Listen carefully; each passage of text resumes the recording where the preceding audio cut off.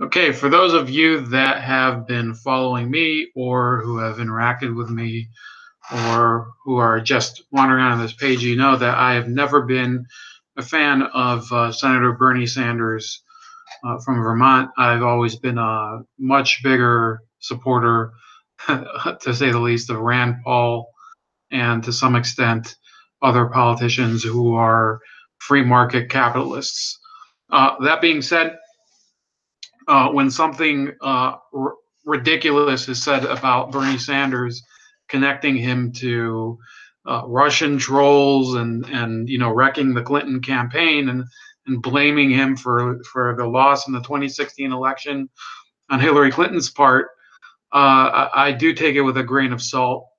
And I research it because I do have a fair amount of friends who were Bernie supporters, notwithstanding our huge policy differences over Bernie Sanders. And what I found is that there's this just pathetic campaign to basically compel him to substantiate the most ridiculous crap about this so-called investigation of troll farms and Trump and and Putin and stuff like that. So what I did was I looked at some recent allegations that have been made concerning the Mueller probe and his indictment of the 17 trolls from Russia. And I found one of the big threads that had been going on was actually started by a journalist. He at one time was working consistently in journalism, named John Maddow, who is from the San Diego area. Fantastic part of the country. I have friends who live there. Never been there, but San Diego, great place. In any case, this guy John Maddow was making the allegation that based on his membership and claimed status as an administrator of a Facebook group that of grassroots Bernie supporters, that he was able to prove that Russian or Macedonian or Albanian trolls were able to manipulate Bernie voters into not voting for Hillary Clinton during the 2016 election.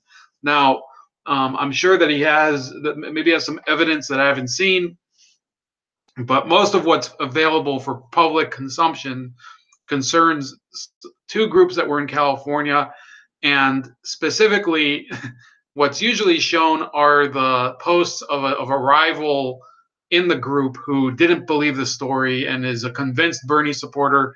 In fact, he supports one of the newer parties that's trying to get Bernie to run in 2020. And basically all this does is to try to substantiate the claim that many Bernie supporters were just too dumb to realize that a bunch of Russians were trying to get them to not vote for Hillary Clinton in the election.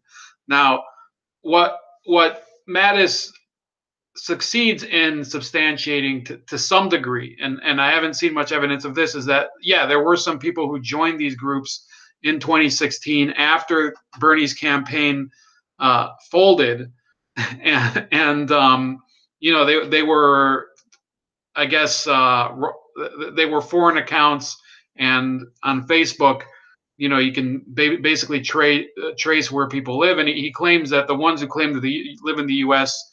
Were showing signs that they weren't really living in the U.S. They'd never been there. Maybe they didn't know English or whatever.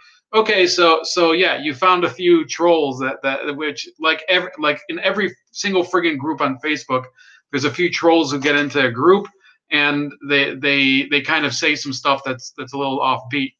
But he's making it seem, when you look at the when you look at some of the shared media from MSNBC, that's Rachel Maddow, when you look at Politico, when you look at NBC San Diego's coverage of it, he's making it seem as if these trolls had succeeded in compelling the other members of the group not to vote for Hillary Clinton.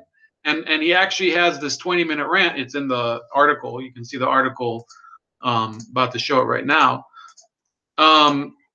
he makes the case that these people were just too dumb to actually realize what was going on, and they were hoodwinked into not voting for Hillary Clinton. Now, if you look at his Twitter feed, this is where I start to call bullshit. It's not just the lack of proof on Mattis's part. For one thing, he basically shares every single piece of partisan anti-Trump stuff regarding Russia that he can find, including stuff by Politicus USA, which is it's a just like a Democratic fake news website that's it's way out in the corner.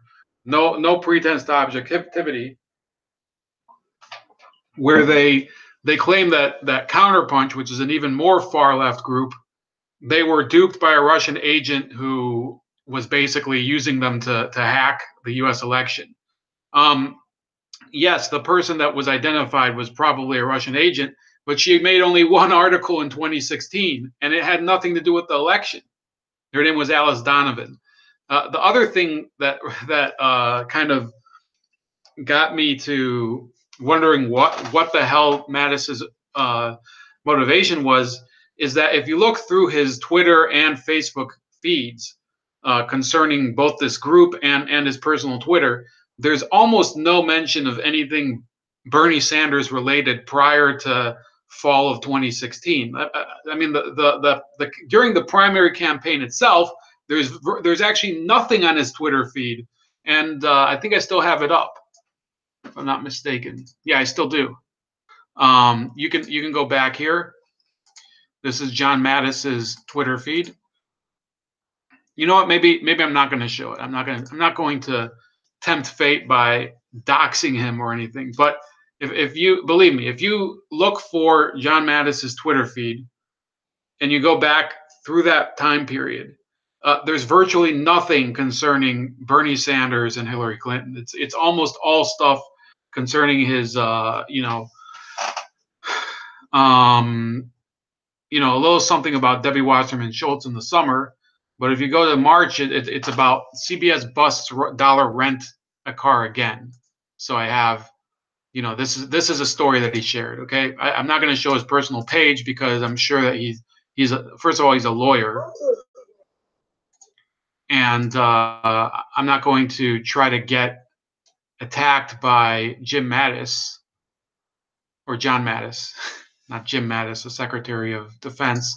But in any case, read the article and you see there's certain things that are red flags, whether you're a Bernie supporter or not. And I'm not a Bernie supporter, but another thing that he did, he shared, get this, he claims that he shared the information that he found already in September 2016 with the Hillary Clinton campaign.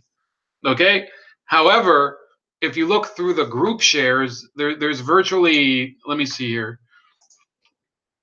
There's virtually nothing concerning that within the group, that him arguing with the other people.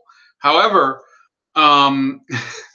he also, I mean, in the Politico piece, it even mentions the Politico pieces are by this guy named Edward Isaac DeVere, and they mentioned that he was unaware, being a lawyer and a journalist, that there was a difference between the Hillary Clinton campaign and American Bridge 21st Century, which is a super PAC owned by David Brock. So those of you that are Bernie Sanders supporters would probably know that David Brock was the kryptonite of the Sanders campaign. Him and Sanders hated each other. I even mentioned in my piece that in an interview with Time Magazine, Bernie Sanders actually called, he called David Brock the scum of the earth, and he said that one of the elements that he doesn't understand with Clinton is how you could hire the scum of the earth just because the Republicans do. So, look, read through it. You'll probably get a laugh. Doesn't matter. I mean, I think if you're a Sanders person, it's by this point it doesn't make you laugh anymore. It makes you mad. But I find it ridiculous that somebody like this was used as a source by Rachel Maddow, was used as a source by Politico and by NBC San Diego. And Bernie Sanders doesn't stick up for his people. His supporters, I don't support him. I oppose probably 95% of everything of what he believes in, but his supporters deserve better.